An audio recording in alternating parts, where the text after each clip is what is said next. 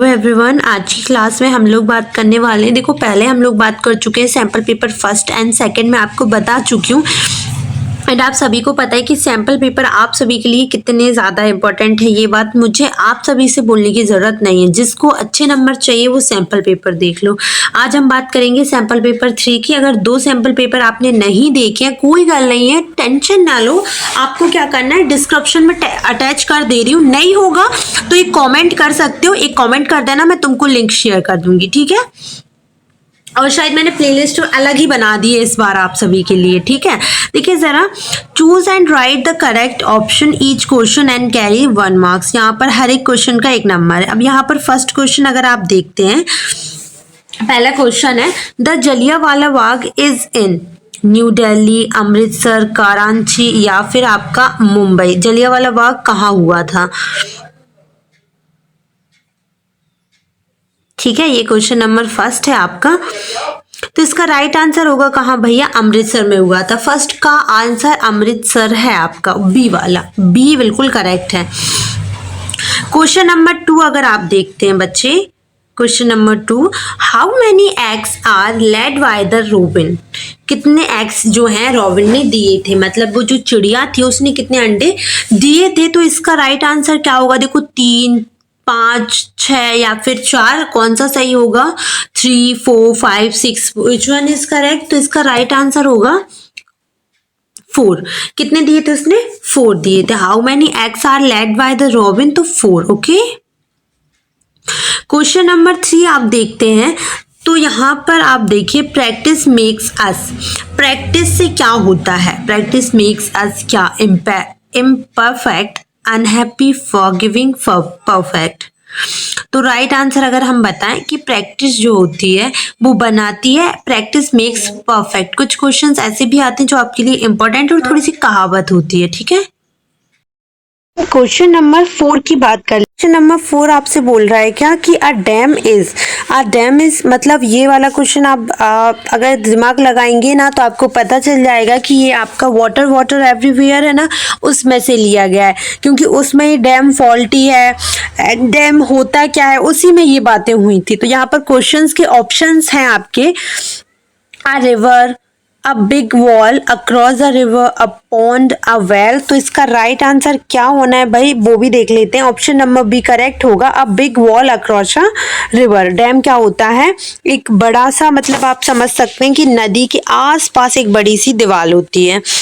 Question number 5 की बात करते हैं, right the plural form of the word child. Child का अगर हम प्लूरल फॉर्म देखते हैं, भैया मैं बता दूं आपको, singular to plural, synonym, antonyms, and इसके बाद आपके क्या, इसके बाद आपके आप कह सकते हैं कि ये जो होते हैं ना यार, क्या बोलते हैं उनसे, राइट अ 1 वर्ड फॉर। ये आप 5-6 चीजें करके रखना, बिकॉज ये 2-2 नंबर, 3-3 नंबर में तक आती हैं, और ये ऐसे क्वेश्चन है जो आते ही आते हैं, और कुछ आए ना आए ये आएंगे, ठीक है। तो यहाँ पर आंसर आप देखें जरा, चाइल्ड्स लिखा है, चिल्ड्रंस लिखा है, चिल्ड्रन लिखा है या फिर चिल्ड। तो इसका राइट आंसर हो जाएगा option number A, right the plural form of the word child. तो चिल्ड का हो जाता है भैया चिल्ड्रन, ठीक है। Fill in the blanks, child है, sorry, fill in the blanks. ईयर हम बात करें तो क्वेश्चन 6 से लेकर आपके 10 तक है। Fill in the blanks instructions आपको दिया है क्या, कि ईच क्वेश्चन कैरीज 1 मार्क, हर एक क्वेश्चन पे आपको 1 नंबर मिलेगा। क्वेश्चन नंबर 6 है, the ungrateful blank was very much ashamed of his act.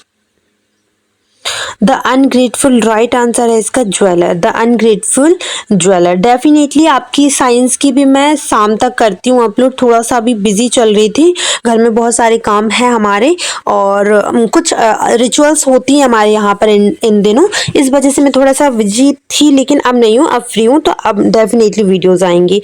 सो यहाँ पर क्वेश्चन नंबर 6 देखना, the ungrateful blank was very ashamed of his act. तो इसका राइट आंसर क्या होगा, ज्वेलरी, है ना, ज्वेलर, सॉरी ज्वेलरी बोल रही हूँ। The ungrateful jeweller was very much ashamed of his act. Question number 7, the balloons took on blank day, winds day. यहाँ पर विंडी डेज लिख लेना है ना, राइट आंसर होगा, है ना।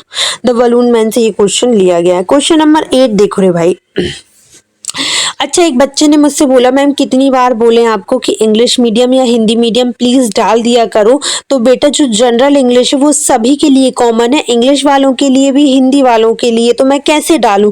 हाँ, सोशल साइंस है, मतलब आपकी SST है, साइंस का है, उसका डाल सकते हैं, इसका कैसे डालेंगे? Yudhishthir was son of, Yudhishthir किसके सन थे? तो मैंने बताया भी था अगली उसमें कि वो थे कुंती। ये एम गलत है, कुंती है वो, ठीक है। Yudhishthir was the son of Kunti. Okay, question number 9 देखिएगा। The blank police wanted to capture Azad. The blank police wanted to capture Azad, यहाँ पर इसका राइट आंसर देख लेते हैं हम लोग, British. The British police wanted to capture Azad. जो ब्रिटिश पुलिस थी वो क्या करना चाहती थी? हमारे चंद्रशेखर आजाद को पकड़ना चाहती थी, कैप्चर करना चाहती थी। क्वेश्चन नंबर 10 देखिएगा। There are blank species of bird in Kanha national park. There are, I think many होगा राइट आंसर इसका, नहीं 200। Okay, there are 200 species of words in Kanha, किसलिए 200 से भी प्लस में। ओके, चलिए क्वेश्चन नंबर आगे देखेंगे हम। Very short answer types question है इसमें, बहुत ज्यादा इंपॉर्टेंट है ये क्वेश्चन, तो प्लीज ध्यान से करिएगा। वेयर हैज, मैं सबके लेशंस नेम बता दे रही हूँ, टिक लगा लेना। Where has Dev visited recently, कहाँ पर देव जो है विजिटेट करके आया था अभी, तो यहाँ पर आएगा Dev has recently visited Kanha Kisli. Question number 12 है। Who prepared a sumptuous feast for the king. Who, so the carpenter. Who की जगह पे आप लोग लिख देना क्या, हु की जगह पे क्या लिख देना, द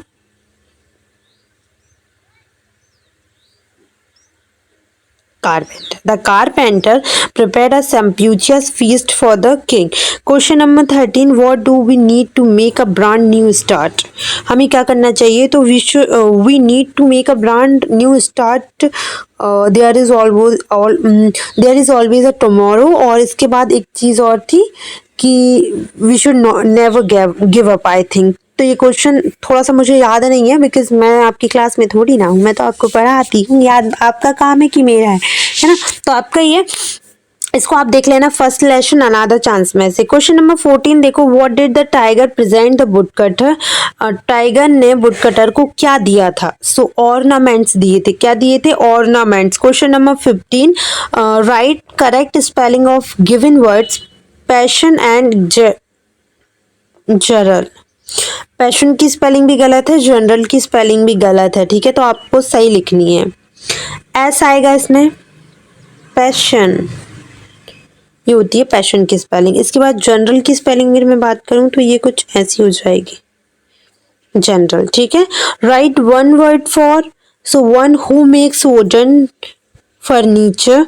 जो फर्नीचर्स बनाते हैं तो उनको कारपेंटर बोलते हैं, ठीक है? क्या बोलेंगे अपन? कारपेंटर बोलेंगे, कारपेंटर,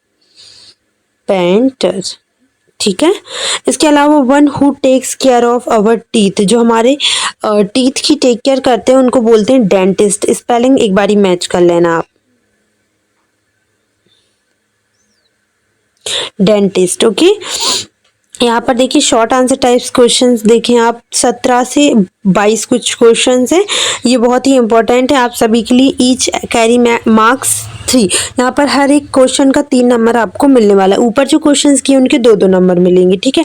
यहाँ पर how did Chandrashekhar prove his name, Azad कैसे उनने वो किया, तो लास्ट वाला क्वेश्चन है ये अपना आजाद मर्टरी का। हु इज पेमा फातिया, ये भी आपको मिलेगा the know more about lesson 12 में। What is the thing which the balloon man never seems to think, ऐसी कौन सी चीज थी जो बलून मैन जो है कोई नहीं सोचता था, मतलब कभी वो उसके चेहरे से भी नहीं झलकता था, ना ही ऐसा लगता था कि वो इसके बारे में कभी भी सोचता है। तो वो थी क्या आपकी, वो था आपका, कह सकते हैं आप, lunch. What was king Devaraya known for, king Devaraya किस लिए जाने जाते थे? तो फिर इसका आंसर है addiction and fond of fine art class, और भी एक दो कुछ आंसर है, तो ये आपको मिलेगा म्यूजिक फॉर मेजर में। म्यूजिक फॉर मेजर में इसका आंसर मिल जाएगा। Right an application to your headmaster to grant 2 day leave as you are sick. आप सिक हैं, आपको 2 दिन की छुट्टी चाहिए। आगे देख लो भाई, क्वेश्चन नंबर 22 दिया है, fill in the blanks with the correct form of word. The bell blank before we reached school. घंटी बज गई थी हमारे स्कूल पहुंचने से पहले, तो इसका राइट आंसर होगा रैंक। मैंने आपको कितनी बार बताया कि अगर आपकी सेकंड या फर्स्ट सेंटेंस अगर मैन वर्ब की सेकंड फॉर्म है तो फर्स्ट में भी मैन वर्ब की सेकंड फॉर्म आएगी।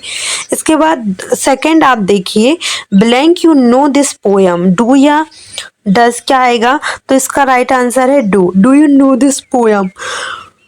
क्वेश्चन नंबर 3 देखिएगा, the girl is blank a blue dress लिखा हुआ है, the girl is blank a blue dress, where या फिर वेयरिंग, तो इज लिखा है, इसका मतलब यहाँ पर वेयरिंग आएगा। The girl is wearing a blue dress. Long answer type question देख लेते हैं हम लोग। यहाँ पर लिखा है ना, right any 4 line of the poem the balloon man. देखो मैंने बोला है कि पोयम में से आ सकता है, हालांकि ऐसा बहुत कम देखा है कि पोयम का नाम आता है, वो सिर्फ ये देते हैं कि right a 1 stanza from any poem, ऐसा कुछ आता है, इस टाइप का क्वेश्चन आता है। लेकिन what difficulties did Pandav has faced When they were in exile, जब वो वनवास काट रहे थे तो कौन कौन सी प्रॉब्लम का सामना करना पड़ा। एक पैसेज हमेशा आएगा डेफिनेटली 5 नंबर का। यहाँ पर लिखा है, flies are everywhere, they used to feed to taste things, they walk on a rotten food and plants collecting germs on their feet। ये ना आपकी वो मधुमक्खियों की बात हो रही है। ये पैसेज मैं आपको बताऊँ, आपके पार्ट में है, आप जनरल बुक देखिए, आपके चैप्टर के पीछे मिलेगा ये। यहाँ डेफिनेटली मैंने ये पढ़ा है और मैंने आपको समझाया भी है, क्योंकि what organs do of their body do the flies use to taste things, तो यहाँ पर आप बोल सकते हैं flies are everywhere, they use their feet to taste thing. यहाँ पर राइट आंसर हो जाएगा, दे की जगह पे ये लिख देना आप, ठीक है। और ऑप्शन फर्स्ट नंबर का क्वेश्चन का आंसर यही हो जाएगा। सेकंड देखिए, where do the flies collect germs from, तो यहाँ पर आप देखिए, यहाँ पर लिखा है collecting germs on their feet. वो they walk on the, they की जगह आपको लिखना है क्या, फाइल्स। दे वॉक्स की जगह पे आप लिख देना flies walks on the rotten food and plants collecting germs on their feet from they are settle on fresh food, बस इतना लिख देना है ना।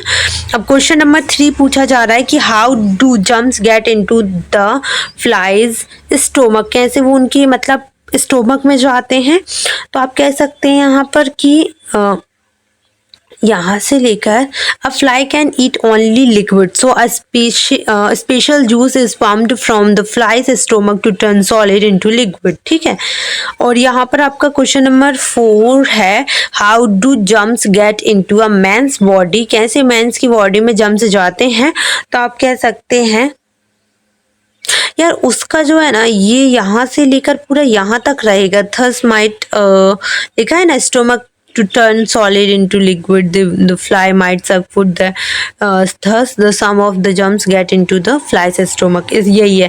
और इसके बाद अपने बॉडी में कैसे जाता है, तो इसका ये है कि if you eat germs get into your body, तो ये नहीं है, थोड़ा ऊपर से रहेगा। if this fly pumps some of the stomach juice on your food, the germs get on the food, and if you eat it, the germs get into your body, तो इसका राइट आंसर यही होगा।